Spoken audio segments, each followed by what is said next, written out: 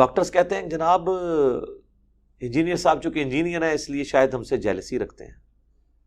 ایسا نہیں ہے میرے بھائی. آپ اپنے طبقے کے شریف ڈاکٹروں سے پوچھ لیں جو کچھ ہم ڈاکٹروں کے بارے میں کہتے ہیں کیا ایسا نہیں ہے؟ کیا اکثریت ایسی نہیں ہے؟ کیا آپ لوگ اپنے وہ جعلی عمرے اور دوسرے ملکوں کے وزٹس کی خاطر 100 روپے کی دوائی ہزاروں روپے میں نہیں لکھ دیتے اسی فارمولے میں مہنگی کمپنیوں کی، صرف اس لیے کہ وہ کمپنیاں آپ کو کھلاتی ہیں؟ جو یہ بارا سسٹم چل رہا ہے یہ میڈیکل ریپ والا، کیا آپ یہ لوگ نہیں کرتے ہیں؟ حرام کے پیسوں پہ عمرے کرنے گئے ہوئے ہوتے ہیں. وہ جی گفٹ ہے، گفٹ ضرور لیں لیکن آپ فارمولہ لکھ کے دیں، دوائی نہ لکھ کے دیں. جس طرح باہر کے ملکوں میں ہوتا ہے ڈاکٹر تو دوائی نہیں لکھتا، وہ صرف سمٹمز بتاتا ہے، پھر فارماسسٹ جو ہے نا وہ لکھتا ہے کہ ہاں جی اس کو یہ سالٹ چاہیے یہ ٹھیک ہو جائے گا. اور یہ آپ ڈاکٹرز کے پاس اگر آپ ڈاکٹرز آپ کو کوئی دوائی مہنگی لکھ بھی دیں نا پریشان نہ ہوا کریں، سیدھا ہے میڈیکل سٹور پہ، ان کے پاس ایک بک پڑی ہوئی ہوتی ہے، اس دوائی کا سالٹ ان کو بتائیں کون سا ہے. آپ عام آدمی بھی جو تھوڑی سی انگریزی پڑھ سکتا ہے وہ سالٹ میچ کرے، آپ کو 20 دوائی مل جائے گی. آپ حیران ہوں گے کہ 400 روپے کا کیپسول آپ کو 10 روپے میں مل جائے گا اسی سالٹ کے اندر. وہ 400 روپیہ اپنے برانڈ کا لے رہا ہوگا کیونکہ اس نے 400 میں سے 300 روپیہ ڈاکٹر کو یا 200 روپیہ کھایا ہوگا، 100 روپیہ اپنی جیب میں ڈالا ہوگا، اس لیے وہ 400 قیمت ہوگی. چند ایک دوائیاں کریٹیکل ہو سکتی ہیں جو مہنگی کمپنیوں کی ضروری ہیں، ادروائز ہو سکتا ہے یہاں پہ کسی حافظہ اللہ کسی دامن برکاتہم عالیہ نے نہ بنائی ہو، الٹا کھانے الٹا ہی ہوتا ہے تو کوئی ریئیکشن ہو جائے، یہ بھی چانس ہوتے ہیں، اس لیے بھی لوگ مہنگی دوائیاں لیتے ہیں. اور بعض لوگ جب تک مہنگی دوائی نہ ان کو آرام بھی نہیں آتا کیونکہ نفسیاتی طور پہ وہ مانتے ہی نہیں کہ یہ دوائی ہے، یہ بھی ہو جاتا ہے. تو یہ ڈاکٹرز کیا کر رہے ہوتے ہیں؟ مشورہ فیس 1000 روپیہ 5000 روپیہ 10,000 روپیہ مشورے کا. ہم نے تو ایسے بھی لوگ دیکھے ہیں جو 50 روپے فیس لیتے ہیں، ان کے پاس سینکڑوں لوگ روزانہ آتے ہیں. بھائی وہ بھی تو کھا ہی رہے ہیں. یہی وجہ آپ دیکھیں یہ کروڑوں کماتے ہیں، ان کی اولادیں ان کو کتے کی طرح ٹریٹ کرتی ہیں، ان کی تعفن زدہ لاشیں چھوڑ کے وہ چلی جاتی ہیں، ان مرے ہوں کے وہ انگوٹھے لگواتے ہیں ان سے ہتھیار، کیونکہ حرام کے پیسے پہ انہوں نے ان کو پرورش کی بھی ہوتی ہے نجائز لوگوں کے ساتھ. آپ کو پتا ہے پچھلے دنوں ہاسپٹلس کے بارے میں آیا تھا، کرونا کی وجہ سے جو لوگ مرے تھے یا نہیں مرے تھے اس کھاتے میں ڈال کے وہ ڈاکٹر جو ہے لاشیں والے نہیں کرتے تھے، اتنے لاکھ لا کے رکھو تب لاش دیں گے. تو اب ظاہر ہے عزت بیزتی کا مسئلہ لوگوں کا بن جاتا ہے، اتنے ظالم ہوتے ہیں. بھائی جو جینون خرچہ بنتا ہے وہ آپ لیں، اور اس کے لیے حال یہی ہے کہ گورنمنٹ سارے میڈیکل سیٹ اپ کو اپنے انڈر لے. اگر یہ پرائیویٹ ہاسپٹلس کے اوپر پرائیویٹ ڈاکٹرز کے اوپر چھوڑ دیں گے تو وہ تو آپ کی چمڑی اتاریں گے. وہ تو ایسے ظالم ہیں کہ وہ پریکٹس تو کرتے ہیں سرکاری ہاسپٹلس میں لیکن شام کو مریضوں کو اپنے کلینک پہ بلا لیتے ہیں، حالانکہ انہیں پتا ہے کہ کوئی اتنا بڑا مسئلہ نہیں ہے، اور دنیا جان کا ٹیسٹ لکھ کے دے دیتے ہیں، تجربے کرتے ہیں، دوائیاں ایسی ایسی لکھ کے دیتے ہیں ان کو کہ تاکہ پہلے ان کا معدہ خراب ہو پھر معدے کی دوائیاں ان کو دیں. تکلیف پتے کی ہوتی ہے، دوائی معدے کی لکھ دیتے ہیں، اور وہ 10 سال کھلاتے رہتے ہیں. پتا تو پھر اینڈ پہ پتا بھی نکلتا ہے، معدہ بھی فارغ ہو جاتا ہے، اور ڈائلسس پہ بھی بندہ چلا جاتا ہے. یہ تو مطلب ہمارے سامنے کئی یہ کیسز ہیں. مجھ سے تو کوئی بھی میڈیکل ایشو ڈسکس کرے تو میں اس کے سامنے رکھتا ہوں بھائی یہ بھی ہو جاتا ہے، اس میں یہ بھی ہو جاتا ہے، یہ بھی ہو جاتا ہے. جن جن تجربوں سے کم از کم ہم گزر کے یعنی میچور ہوئے ہیں، کم از کم تمہیں تو ان تکلیفوں سے نہ گزرنا پڑے. اور یہ آیت بار لکھی ہوتی ہے جس نے ایک جان کو بچایا اس نے انسانیت کو بچا لیا، اور بچانے کے لیے کوئی نہیں بیٹھا ہوتا. وہ ایک جان جو بچا رہے ہوتے ہیں وہ اپنی جان بچا رہے ہوتے ہیں، یعنی آپ سے پیسے ہتھیا کے، اور عوام پہ ظلم کر رہے ہوتے ہیں. لیکن اگر آپ جناب گوروں کے ملکوں میں چلے جائیں جناب، وہاں آپ کو انسانیت کی قدر، جانوروں کی قدر بھی نظر آئے گی. واقعی وہ لوگ تن من دھن لگا دیتے ہیں بندوں کو بچانے کے لیے، ادھر کیا کچھ نہیں کرتے ہیں. آئے دن تو یہ تولیے پیڑ میں بھول جاتے ہیں، کینچیاں تک بھول جاتے ہیں، یعنی 2 یا 3 کینچیاں لے کے گئے ہیں وہ بھی ریٹریو کرنا بھول جاتے ہیں، ان میں سے بھی ایک پیٹ میں سے نکلتی ہے، آپریشن خراب ہو جاتے ہیں. مجھے میرے آفس کے کلیگ بتانے لگے ان کی جو وائف ہیں وہ گائنی کی ڈاکٹر، تو خوف خدا رکھنے والے ہیں، وہ کہنے لگے کہ مجھے وائف نے بتایا کہ کئی دفعہ لیڈی ڈاکٹرز نے کبھی کسی فنکشن میں جانا ہوتا ہے اور کوئی ڈلیوری کا کیس آتا ہے، وہ نارمل ہوتا ہے لیکن وہ اس پہ ظاہر آپ کو محنت کرنی پڑتی ہے، وہ ظاہر ہے پینز آتی ہیں، پھر 7-8 گھنٹے بھی بعض اوقات لگ جاتے ہیں. اب انہوں نے تو میم صاحبہ نے شام کو تیار ہو کے جانا ہے ایک بے پردہ فنکشن کے اندر، تو وہ پھر نرسوں کہتی ہیں 2 اسے انستھیزیا بے ہوش کرو، اسے میں ٹک لگا دیتی ہوں، اور وہ آپریشن کر دیتی ہیں صرف اپنا ٹائم بچانے کے لیے. آپریشن بنتا نہیں ہوتا، لیکن اسے پتہ نہیں جس کو ٹک لگا کے تم گئے ہو اس کی آندہ کی کئی مہینوں کی زندگی کیسے گزرنی ہے، اس پورے گھر پہ کیا گزرے گی. جب آپ نے پیٹ کے 2 ٹکڑے کیے ہوئے ہیں اس پہ آپ بے شک یہ لگا بھی دیں ٹانکے، اس کے بعد کیا ہوتا ہے؟ وہ عورت بیچاری گھر کے کام کس طرح مینج کرے گی؟ اس کے اگر چھوٹے چھوٹے بچے ہیں اس کو کیسے مینج کرے گی؟ کپڑے دھونا، کھانے پکانے کے معاملات، اور پھر ہر وقت یہ بھی دھڑکا لگا رہے کہ ان زخموں کے اندر پیپ نہ پڑ جائے، اور اکثر اوقات پیپ پڑ جاتی ہے، پھر اس کی صفائی کرانا. کئی بار پھر وہ صفائی کرنے میں زخم اتنا خراب ہوتا ہے کہ اس عورت کی ڈیتھ بھی ہو جاتی ہے. لیکن وہ اس میم صاحبہ نے اپنے ایک فنکشن کی خاطر اس عورت کو اس تکلیف سے، پورے خاندان کو اس اذیت سے گزارا.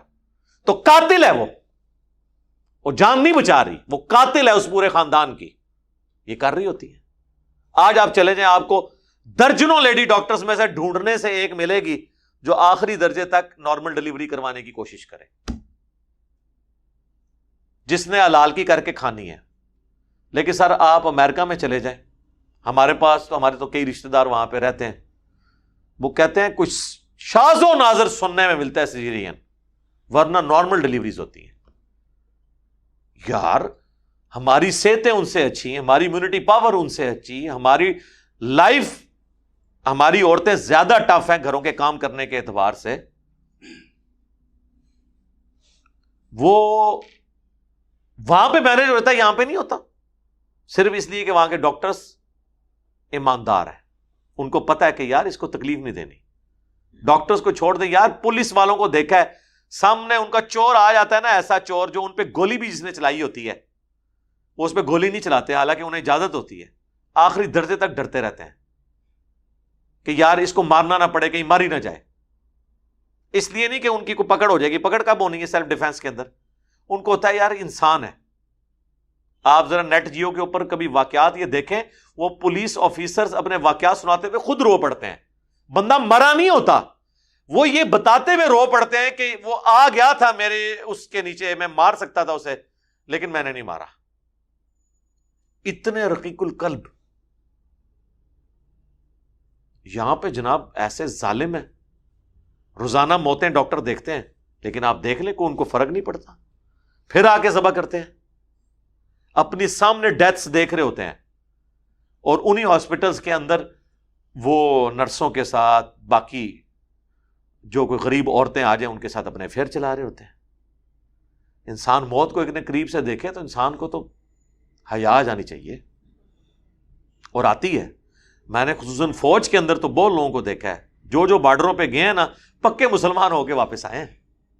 یہ ابھی ایک جیو پہ پروگرام چلا تھا کیپٹل ٹاک میں نا، منیف فاروق جیلم سے ہی ہیں آج کل، وہ کیپٹل ٹاک کر رہے ہیں. تو اس 6 ستمبر کے اوپر انہوں نے ایک شہید کے گھر والوں کا انٹرویو کیا.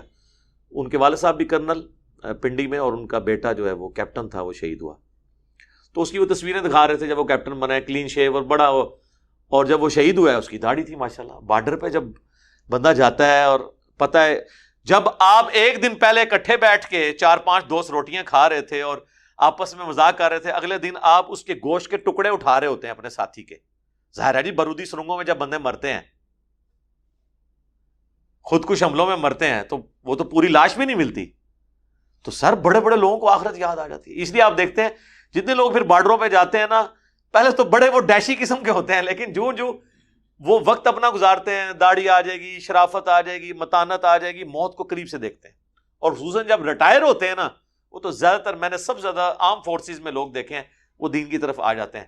اس کی ریزن یہ نہیں ہے کہ وہاں کو ماحول بہت زیادہ مذہبی ہے، ضیاء الحق کے بعد کافی مذہب کی طرف ہے جھکاؤ. اصل چیز ہے موت جب آپ قریب سے دیکھ لیتے ہیں نا، تو مسلمان جب موت کو قریب سے دیکھتا ہے نا، تو کسی بھی وقت وہ ٹریگر ہو جاتا ہے اور آخرت کے ساتھ اورینٹڈ ہو جاتا ہے. لیکن مجھے ڈاکٹروں پہ آتا ہے کہ یار تم تو روزانہ لاشیں دیکھتے ہو, تمہیں کوئی خوف خدا نہیں آتا. اور آیتیں تم لوگوں نے باہر یہ لکھ کے لگائی ہوئی ہیں, وَمَنْ أَحْيَاهَا فَكَأَنَّمَا أَحْيَا النَّاسَ جَمِيعًا, جس نے ایک انسان کو بچایا اس نے پوری انسانیت کو بچا لیا. اور جب کوئی ان کو سمجھاتا ہے کہتے ہیں جی دیکھیں جی ہمیں ٹارگٹ کر لیا انہوں نے. اگر آپ ایسا کرتے ہیں اور آپ کو کوئی سمجھا رہا ہے تو وہ آپ کے ساتھ خیر خواہی کر رہا ہے. خدا کے لیے آپ کے اوپر بھی یہ برا وقت آ سکتا ہے. اور کئی ڈاکٹرز کی آپ کو سٹوریاں پتہ چلی ہیں نا, ان کے اپنے بچے ایکسیڈنٹ میں, زندگی موت کی کشمکش میں ہیں, اور جناب پبلک اٹھا کے لائی ہے. انہوں نے کہا جی پہلے پیسے لا کے رکھو پھر علاج کریں گے. انہوں نے کہا اب یہ پتہ ہی نہیں ہے کون بندہ ہے. انہوں نے ان بچوں کو دیکھنا بھی گوارا نہیں کیا کہ دیکھ لیں ہمارا بچہ ہی نہ ہو, اور بچے مر گئے اور پوری زندگی پھر وہ ڈاکٹر پاگل ہو گئے. ان کو سزا ملی نا, حالانکہ ان کے پاس اتنا پیسہ ہے کہ یہ کسی غریب آدمی کا مفت بھی علاج کر سکتے ہیں. کئی ڈاکٹرز ہیں ابھی بھی دیکھیں, وہ ان کے پاس آپ مریض لے جائیں وہ کہتے ہیں یار پیسے بعد میں دیکھیں گے, ابھی فی الحال اس کا علاج کرنا ہے ہم نے. اور پھر وہ بعد میں کہتے ہیں نہیں ہے یار ٹھیک ہے ہم زکوٰۃ فنڈ میں سے اسے ایڈجسٹ کر دیں گے. لیکن یہ نہیں ہے کہ ظلم کریں. آپ شوکت خانم میں چلے جائیں, کروڑوں روپے کا علاج لوگوں کا مفت ہو رہا ہوتا ہے, کوئی کسی کی سفارش نہیں ہے, بس آپ ڈیزرونگ ہیں جائیں, آپ کو وہ ہینڈل کریں گے. تو خوف خدا رکھنے والے بھی لوگ موجود ہیں جو واقعی اس کا یعنی عملی نمونہ ہے کہ جس نے ایک جان کو بچایا گویا اس نے پوری انسانیت کو بچا لیا. پیغمبروں کا بھی کام سمجھانا ہے اور پیغمبروں کی دعوت آگے لے کے چلنے والوں کا کام بھی سمجھانا ہے. اور آپ دیکھیں کوئی شخص آپ کی آخرت کی فکر کر رہا ہے اور پیسے نہیں آپ سے لے رہا, اور اربوں سال کی زندگی آپ کی مینج کر رہا ہے. دنیا میں چند سالوں کا, چند ٹکوں کا آپ کو کوئی نفع پہنچا دے, آپ پوری زندگی یاد رکھتے ہیں, چاہے اس کا احسان مانے یا نہ مانے, دل میں تو ہوتا ہے یا اس نے میرے ساتھ نیکی کی تھی. اور جو آپ کے ساتھ اربوں سال کی ہمیشہ کی زندگی کی نیکی کرے, آپ کہیں جی یہ دیکھیں جی ہمیں تو ٹارگٹ کیا ہوا اس نے, ہمیں ٹانٹ کر رہا ہے. اللہ کا شکر ادا کریں کہ آپ کو کوئی سمجھا رہا ہے آپ کی خاطر, اس میں اس کا اپنا کوئی فائدہ نہیں ہے, آپ کا فائدہ ہے. اس کا تو فائدہ بولنے پہ ہی ہو گیا. جو ڈاکٹر سراج صاحب فرماتے تھے نا کہ جو کسی کو ہدایت کی طرف بلائے اسے ہدایت ملے یا نہ ملے اس کی اپنی ہدایت ہو گئی. کیونکہ وہ کامیابی کی جو 4 شرائط ہیں ان میں سے جو آخری 2 مشکل شرطیں جڑیاں میں ہی پوریاں کرنیاں نے, ٹھیک ہے, پہلی 2 تے سارے نے پوریاں کرنیاں نے. الا الذین آمنوا وعملوا الصالحات, جو ایمان لے آئے نیک اعمال کریں. جی سارے خوش نے, اگے کم ٹورو وتواصوا بالحق. کسی کو غلط ٹریک پہ دیکھو اسے بتاؤ کہ سچ یہ ہے, تو غلط ٹریک پہ, اور اس کے بعد پھینٹی کا انتظار کرو. وتواصوا بالصبر, پھر اس پہ کرو صبر. جی پھینٹی تو بات صبر. 4 شرائط ہیں انسانیت کی کامیابی کی. پہلی 2 بہت آسان, دوسری 2 اتنی مشکل کہ بہتر انہوں نے ذکر ہی کرنا چھوڑ دو. لوگ پہلی 2 ہی ذکر کرتے رہتے ہیں, میٹھی باتیں کریں. ٹھیک ہے جی میٹھی نیند سو گئے, میٹھی باتیں کر کے امت ہی پوری سلا دی. اٹھتی نہیں امت, جو مرضی کر لو, الا یہ کہ اللہ تعالیٰ کوئی غیبی معاملہ کر دے. اللہ تعالیٰ سے دعا جو حق بات میں نے کہی اللہ تعالیٰ ہمارے دلوں میں راسخ فرمائے.